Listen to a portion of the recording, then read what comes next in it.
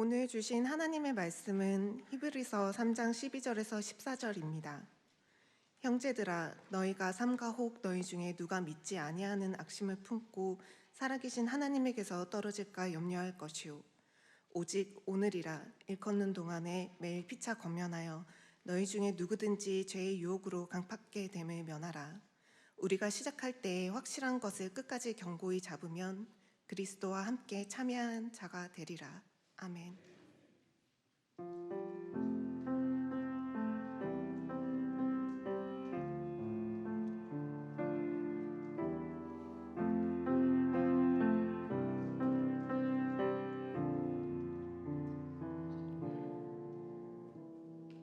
내가 누려왔던 모든 것들이, 내가 지나왔던 모든 시간, 내가 걸어왔던 모든 순간, 당연한 것 아니라 은혜였어.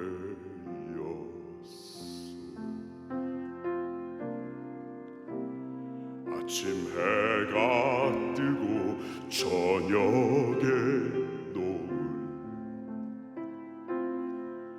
봄의 꽃향기와 가을의 열매, 변하는 계절의 모든 순간이 당연한 것 아니라 은혜였어.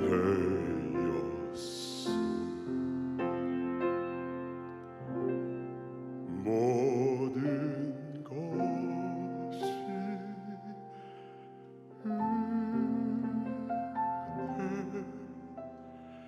은혜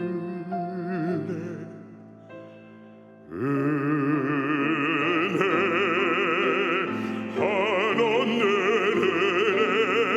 내 삶에 당연한 것 하나도 없었던 것을 모든 것이 은혜였소.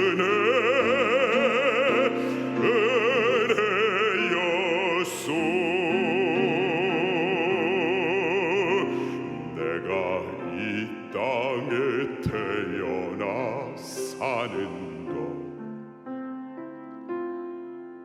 어린 아이 시절과 지금까지 숨을 쉬며 살며 꿈을 꾸는 삶, 당연한 것 아니라 은혜였어. 내가 하나님의 자녀로 살며 오늘 찬양하고 예배하는 삶, 복음을 전할 수 있는 축복이 당연한 것 아니라 은혜였소. 모든 것이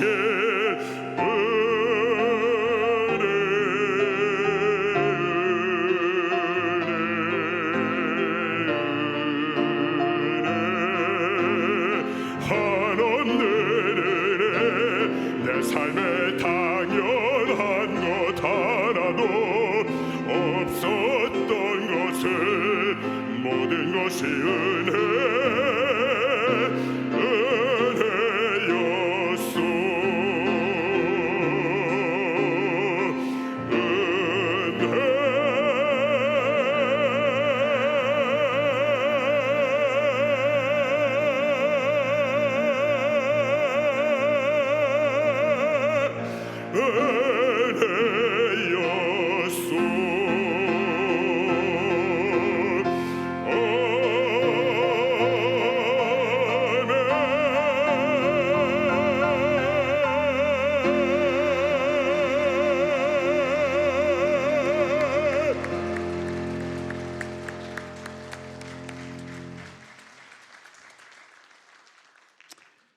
은혜 가운데 거하려면 오늘 말씀의 제목입니다.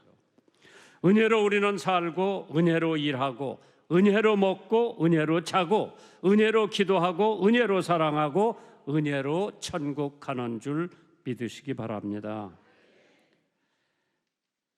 에베소서 2장에 보면 이런 말씀이 있죠. 허물로 죽은 우리를 그리스도와 함께 살리셨고 너희는 은혜로 구원을 받은 것이나 구원도 은혜 또 함께 일으키사 그리스도 예수 안에서 함께 하늘에 앉으시니 이는 그리스도 예수 안에서 우리에게 자비하심으로 그 은혜의 지극히 풍성함을 오는 여러 세대에 나타내려 하심이니라.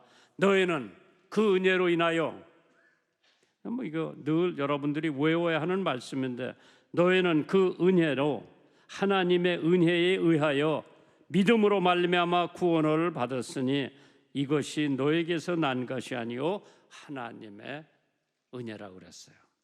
오늘 본문에 있는 말씀을 보면 13절에 죄의 유혹으로 강팍해 됨을 면하라고 그랬죠. 강팍, 완고하고 고집이 세다는 의미로 마음이 부드럽지 않고 굳어 있다는 뜻입니다. 우리 모두 하나님의 은혜로 살고 있는 성도들입니다. 하나님의 은혜는 부드러운 심령 가운데 임한다고 했죠. 강팍한 마음, 딱딱한 굳은 마음은 하나님의 은혜를 흡수할 수가 없기 때문에 부드러운 마음, 스펀지 같은 마음이 하나님의 은혜를 흡수해서 내가 매일매일 살아갈 때에 저기 작은 예수가 간다, 저기 진짜 예수 믿는 사람이 간다고 하는 것을 세상에 알려야 되는데 에스겔 36장 26절에 또 새 영을 너의 속에 두고 새 마음을 너에게 주되 너의 육신에서 굳은 마음을 제하고 부드러운 마음을 줄 것이라고 그랬어요. 마음이 굳고 강팍하다고 하는 것은 씨앗이 길가에 뿌려진 것과 같은 상태라고 했습니다. 마가복음 4장 15절에 말씀이 길가에 뿌려 왔다는 것은 이들이니 곧 말씀을 들었을 때 사탄이 즉시 와서 저에게 뿌리운 말씀을 뺏어간다. 왜? 딱딱한 땅에 떨어져서 씨앗이 터져가지고 싹이 나오지 못하기 때문에 새가 와서, 새는 사탄이자요, 그거를 주워 먹기 때문에 말씀이 거기서 정착을 못한다고 하는 것인데, 하나님께서 교만하지 말아야 해야 될 텐데 히브리서 3장 12절에 정죄들아 너희가 삼가 혹 너희 중에 믿지 아니하는 악심을 품고 살아계신 하나님께서 떨어질까 염려하라고 그랬죠. 한번 은혜를 받은 사람이 마음이 굳어져 가지고 그 다음부터는 말씀도 안 들어가고 찬양도 안 들어가고 믿음도 안 들어가는 그 상태면은 잠언 29장 23절에 사람이 교만하면 낮아지게 되겠고 마음이 겸손하면 영예를 얻는다고 그랬죠. 야고보서 4장 10절에 주 앞에서 낮추라고 그랬어요. 그러면 주께서 너희를 높이신다고 그랬어요. 내가 만난 목사님들 중에서 가장 겸손한 목사님은 빌리그램 목사님이라고 자신 있게 말씀드릴 수 있는 게, 참 그 양반 마음이 얼마나 부드러운지 몰라요. 그래서 자기가 이러한 설교를 하려고 그러는데 어떻게 생각하느냐, 나 같은 쫄병한테 그 대장이 이런 설교한다, 이런 예화를 한다 물어보는 그 자체가 얼마나 겸손하다고 하는 것을 느꼈습니다. 그래서 믿음의 조건은 첫째도 겸손, 둘째도 겸손, 셋째도 겸손인데 겸손한 사람을 당할 사람은 아무도 없죠. 그렇기 때문에 내 아들 둘이 다 목사가 될 때에 너들 겸손해라, 겸손해라, 겸손해라. 근데 그걸 잊어버리는 수가 많지요. 무리 전도자에게 하나님은 교만에 가득 찬 사람을 사용하지 않는다. 나는 매일매일 나 자신을 죽이고 내 생활에 아무런 방해 없이 예수 그리스도에게 나가기를 원한다. 그러면서도 나는 어떤 일을 함에 있어서 나의 방법대로 되지 않기 때문에 분노를 느낄 때가 있습니다. 그럴 때마다 나는 나의 교만을 죽여야 한다고 되뇌입니다. 바울 사도가 나는 매일 죽는다. I die daily. 그래야 하나님께서 바울 사도를 통해서 하나님의 역사가 일어나는 줄 믿으시기 바랍니다. 베드로전서 5장 5절에 하나님이 교만한 자를 대적하시고 겸손한 자에게 은혜를 주신다고 그랬죠. 하나님은 겸손한 자에게 은혜를 베푸시지만은 교만한 사람은 하나님의 은혜 가운데 거할 수 없다고 말씀했습니다. 세계에 영향력을 끼친 인물, 옥스퍼드 대학, 캠브리지 대학의 학생들을 가르치면서 주옥 같은 작품을 저술한 C.S. 루이스 있습니다. 그 사람이 쓴 책 중에 하나가 Mere Christianity. 그 책을 썼는데 그 책은 베스트셀러죠. 한국도 번역이 돼서 나왔는데 루이스는 암으로 부모님이 세상을 떠나시자 하나님을 떠나 방황을 했다고 합니다. 하지만 고통 가운데서 십자가의 예수를 만났습니다. 그 은혜로 종교와 학문에 인생을 바치며 평생 독신으로 살아왔습니다. C.S. 루이스. 그런데 나이 60세에 뒤늦게 사랑이 찾아왔다고 합니다. 조이 데빈맨이라고 하는 여자 사랑하게 됐다고 합니다. 그 여자는 두 아들의 엄마로서 결혼 생활의 파경으로 이혼한 여인이었었는데 골수암 판정을 받게 되었습니다. 그러나 C.S. 루이스는 그 여자를 엄청 사랑했습니다. 말할 수 없는 고통이었지만은 조이 데빈만 여사는 시한부 인생을 끌어안고 3개월 후에 그녀의 병상에서 결혼식을 올렸다고 합니다. 그녀의 병은 나지 않았습니다. 병원은 그녀를 집으로 돌려보냈습니다. C.S. 루이스는 기도로 시간을 보내며 치유의 기적을 소망했습니다. 병세의 호전은 보였지만은 그녀가 원했던 그리스로 늦게나마 신혼여행을 떠났습니다.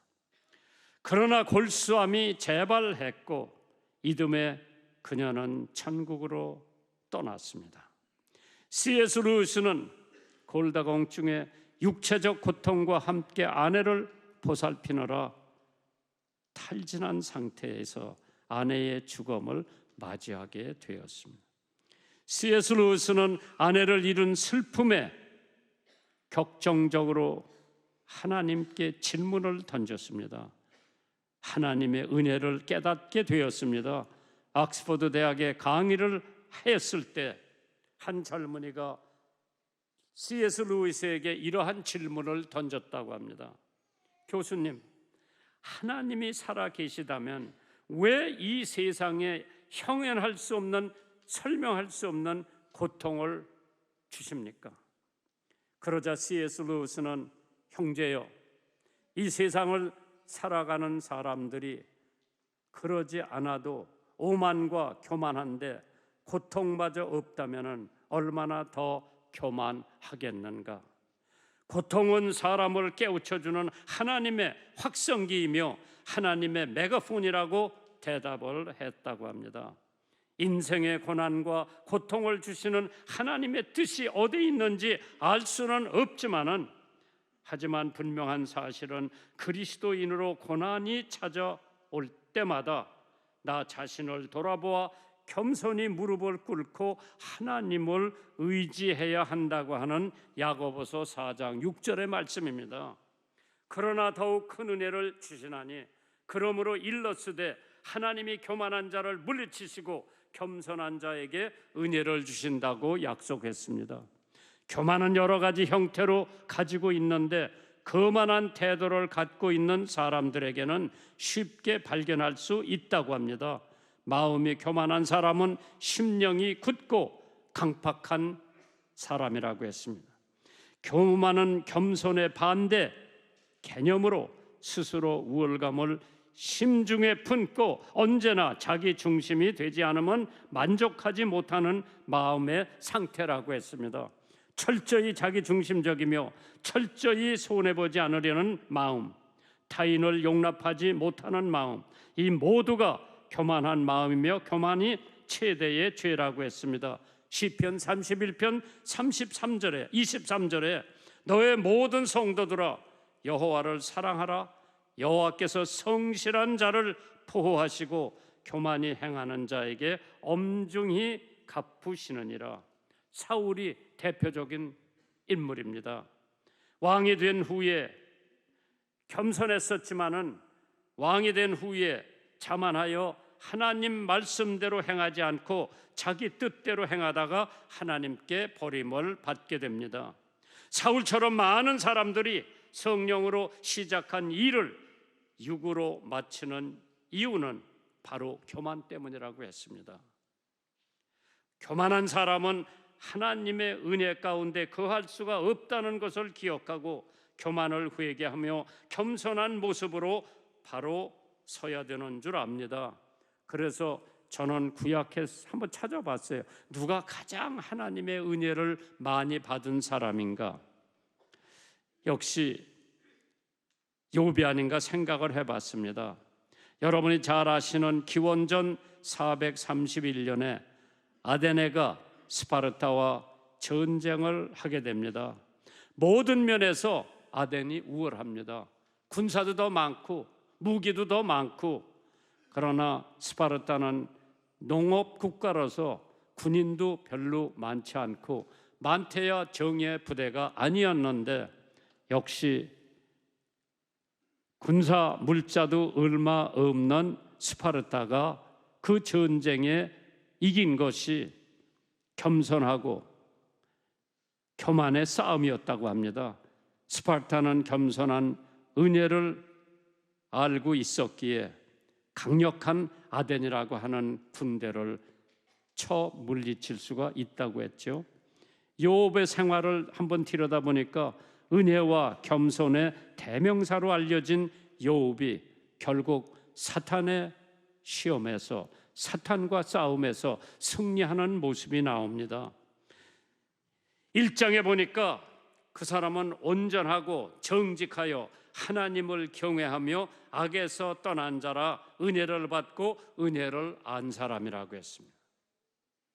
그는 아들이 7명, 딸이 3명, 다복한 사람이었습니다. 그가 소유는 양만 7천 마리요, 낙태가 3천 마리요, 소가 500결이요, 종도 많아서 동방에서 제일 가는 부자라고 했습니다. 사탄은 욥을 봤을 때에 하나님이 그 소유를 울타리 해 주셨기 때문에 그가 하나님을 믿지, 만약 하나님이 그를 도와주지 않으면 그도 하나님을 저주할 사람이라고 자신 있게 말을 했는데, 하루는 하나님께서 사탄에게 그래 네 마음대로 한번 해봐. 그래 강한 바람이 불어가지고 10남매가 제일 맏형 집에서 파티를 하고 있는데 바람이 불어가지고 네 모퉁이의 지붕이 폭삭 내려앉아서 10남매가 다 죽었습니다. 망한다 그렇게 망한 집은 없을 겁니다. 또 사람들이, 또 강도들이 와서 소도 가져가고 양도 가져가고 염소도 가져가고 낙타도 가져가고, 참 이러한 가운데에도 욥이 대답을 이렇게 합니다. 일어나서 겉옷을 찢고 머리털을 밀고 다음에 엎드려서 내가 모태에서 알몸으로 나왔은즉 알몸으로 돌아갈지니라. 주시니도 여호와요 거두시는 이도 여호와이시니 여호와의 이름이 찬송을 받으실지어다. 욥이 범죄하지도 않고 원망하지도 않았다고 받은 은혜가 너무 커서 그것을 감당할 수 있는 욥을 봤을 때에 정말 하나님께서 욥만큼 은혜를 많이 받고 그 은혜를 아주 그냥 만끽한 사람은 별로 없는 줄 압니다. 여호와께서 이같이 말씀하시되 지혜로운 자는 지혜를 사랑하지 말라. 용사는 그 용맹을 자랑하지 말라. 부자는 그 부함을 자랑하지 말라고 하나님께서 예레미야의 9장 23절에 적어놨습니다. 그래서 우리는 그 은혜를 항상 간직을 하려면 항상 기도에 열중을 해야 됩니다. 데살로니가전서 5장 17절에 쉬지 말고 기도하라. 기도의 끈을 놓지 말라 그러는 거죠. 히브리서 13장 13절에 오직 오늘이라 일컫는 동안에 매일 피차 권면하여 너희 중에 누구든지 죄의 유혹으로 강팍하게 됨을 면하라 그랬어요. 그거 이룰 수 있는 것은 기도밖에 없어요. 그래서 새벽 기도, 밤 기도, 철야 기도, 우리는 때 있을 때마다 항상 기도해야 한다고 그러죠. 예수님께서 시험에 들지 않도록 항상 깨어 기도하라고 말씀하셨습니다.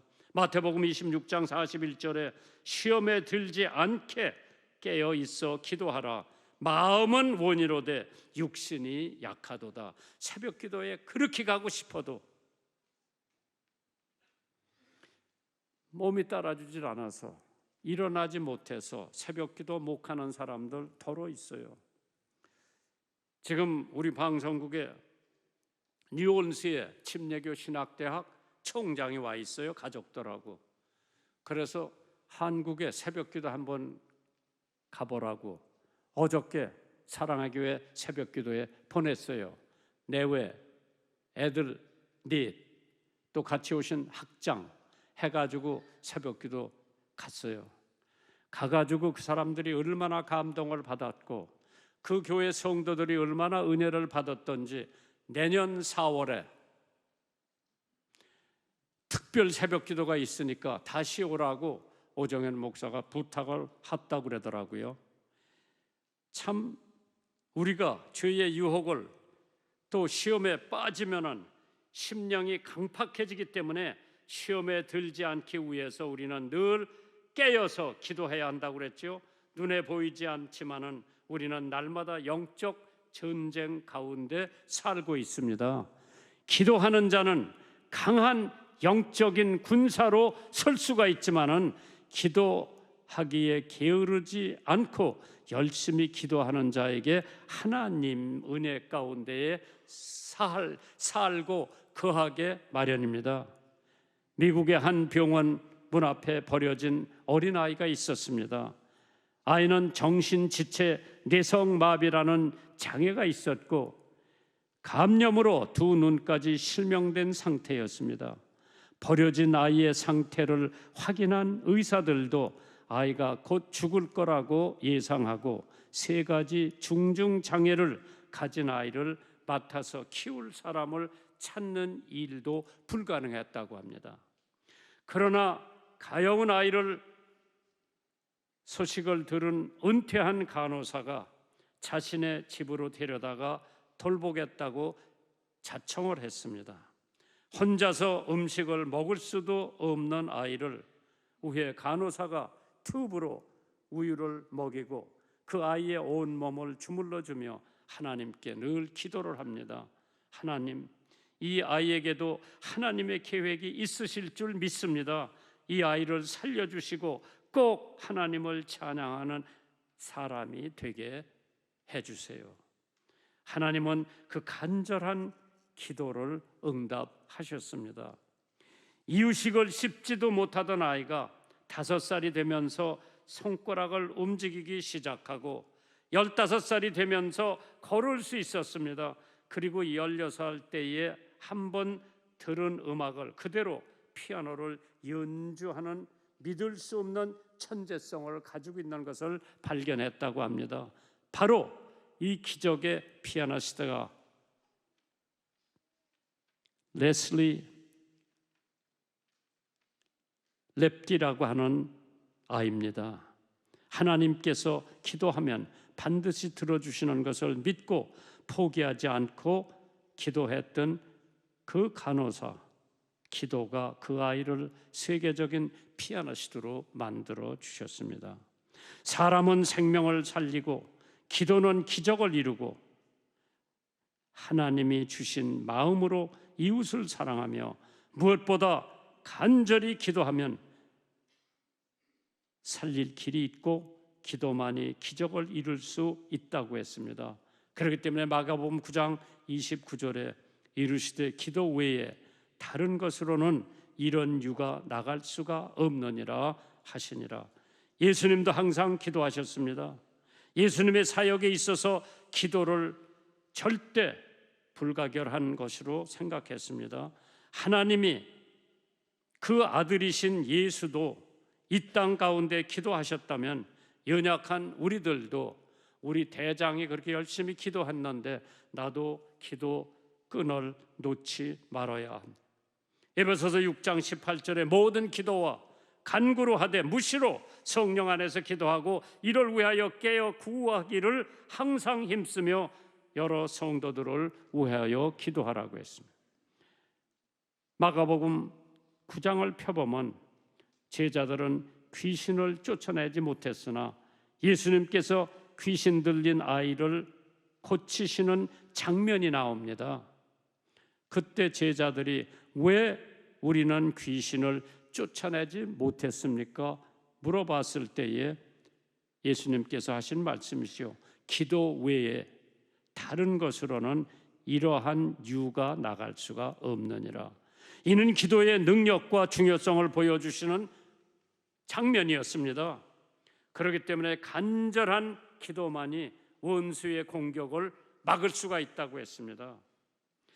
미국 상원원 중에 최고 고령자였던 로버트 버드라고 하는 상원의원이 있었습니다. 2010년에 만 92세로 별세를 하는데 14차례 선거를 치르면서 전승하였고 64년간 상원의원으로 봉사를 했다고 하죠.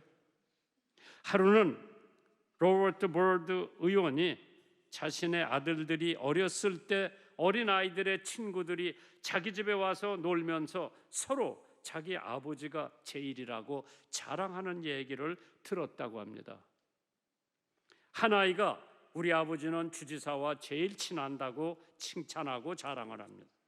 또 한 아이는 우리 아버지는 연방정부 대법원장과 친하다고 자랑을 하더랍니다. 또 다른 아이 하나는 우리 아버지는 아이젠하워 대통령과 친한데 오늘 아침에도 대통령과 통화하는 것을 들었다고 자랑을 했습니다. 친구들의 말을 다 듣고 있던 로버트 버드 의원은 어린아이들은 이렇게 말했습니다. 우리 아버지는 그 상원의원의 아들이 이런 말을 했어요. 우리 아버지는 하나님과 제일 친하다. 오늘 아침에도 우리 아버지는 하나님과 무선으로 전화로 이야기하는 것을 들었다. 로버트 버드 의원은 아들이 하는 말에 크게 감격을 했습니다. 기도의 끈을 놓지 않고 하나님을 의지하며 기도하는 자가 세상에 두려울 것이 없다고 하는 것을 깨달았습니다. 아침에 일어나자마자 기도하고 잠들기 전에 기도하고 운전할 때 기도하고 길을 걸어가면서 기도하고 수시로 기도하는 여러분 되시기를 주님의 이름으로 축원합니다. 마태복음 6장 6절에 너는 기도할 때에 내 골방에 들어가 문을 닫고 은밀한 중에 계신 네 아버지께 기도하라. 은밀한 중에 보시는 네 아버지께서 갚으시리라. 요한복음 16장 24절에 지금까지 너희가 내 이름으로 아무것도 구하지 아니하였으나 구하라 그리하면 받으리니 너의 기쁨이 충만하리라. 이러한 하나님의 은혜를 우리가 어떻게 간직할 수 있고 유지할 수가 있는가? 말씀을 묵상해야 한다고 그랬어요.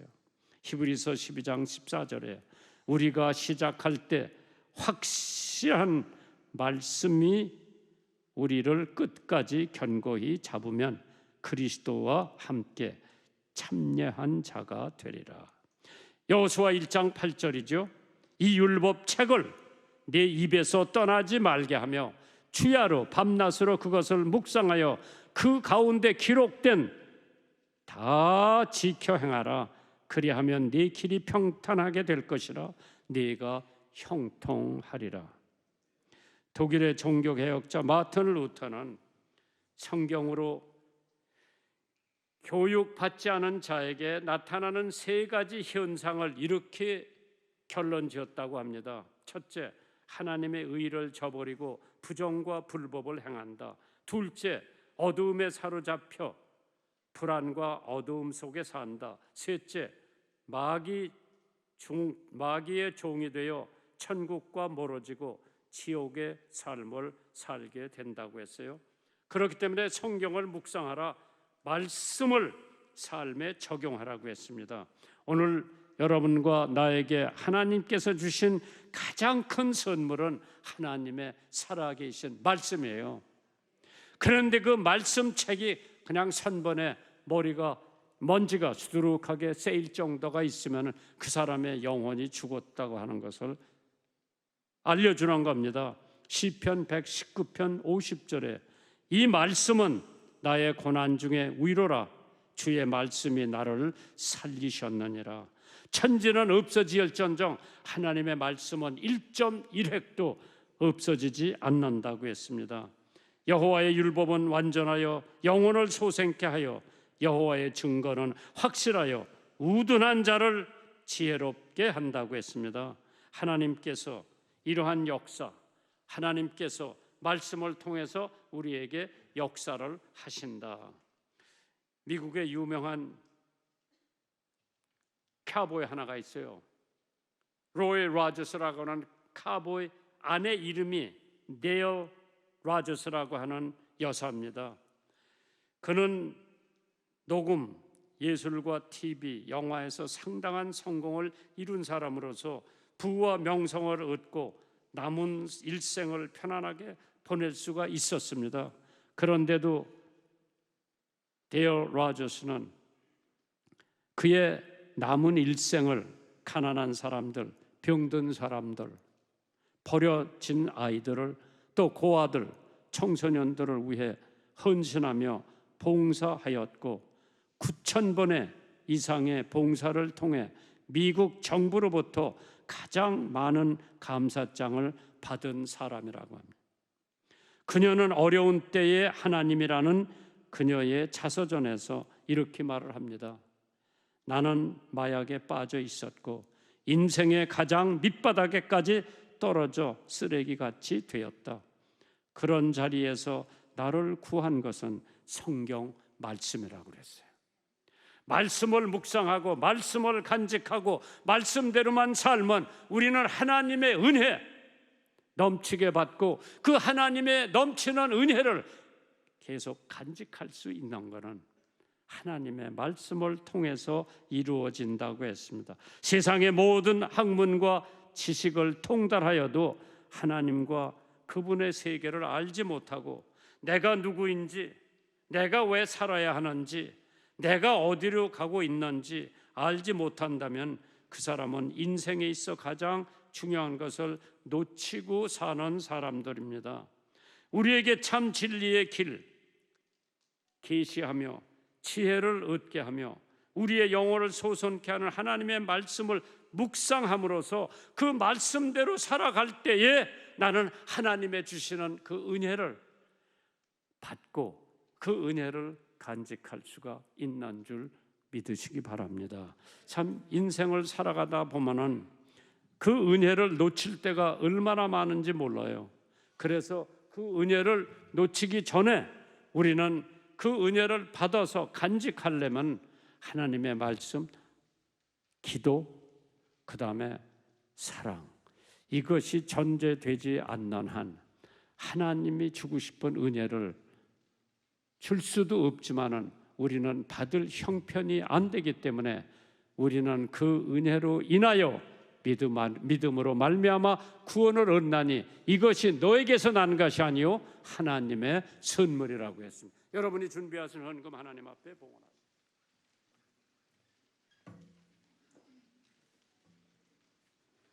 사랑의 주님, 말씀에 은혜 받게 하심을 감사드립니다. 사순절 기간 동안 예수님의 고난을 묵상하게 하옵소서. 날마다 일용할 양식을 주시고 삶의 모든 필요를 채우시는 주님 앞에 우리의 마음을 다해 드리는 헌금이 주님의 사역에 귀히 쓰임받게 하옵소서. 원근 각처에서 우리 교회에 오고 가는 발걸음마다 복의 복을 더하여 주옵소서. 예수님 이름으로 기도합니다. 아멘.